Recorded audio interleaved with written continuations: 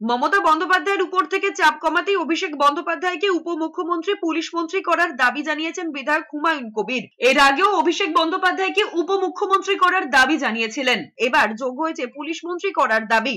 ভগবান গোলার তৃণমূল বিধায়ক হুমায়ুন কবির বলেছেন, তিনবারের মুখ্যমন্ত্রী মমতা বন্দ্যোপাধ্যায়ের বোঝা কমানোর প্রয়োজন। অবিলম্বে অভিষেক বন্দ্যোপাধ্যায়কে রাজ্যের উপমুখ্যমন্ত্রী এবং পুলিশ মন্ত্রী করা হোক। তার কথায় মুখ্যমন্ত্রী এত ব্যস্ত থাকেন যে তার সঙ্গে যোগাযোগ করা যায় না। অভিষেক বন্দ্যোপাধ্যায় প্রশাসনের দায়িত্ব নিলে তৃণমূল উপকৃত হবে। পিসি ভাইপোর কম্বিনেশনে রাজ্যের মানুষের উপকারের জন্য তা অত্যন্ত জরুরি। আমি মুখ্যমন্ত্রীর কাছে আবেদন করব যে যত তাড়াতাড়ি সম্ভব, যত দ্রুত সম্ভব ওনার একটু লোড কমার দরকার। উনি তিনবারের মুখ্যমন্ত্রী, উনি যে পরিশ্রম করেন, অভিষেক বন্দ্যোপাধ্যায় যদি অনেকটা দায়িত্ব নিয়ে নেন তাহলে আমার মনে হয় এনাদের এই পিসি ভাইপুর যে একটা কম্বিনেশন, এই কম্বিনেশন পশ্চিমবাংলার মানুষ অনেক উপকৃত হবে।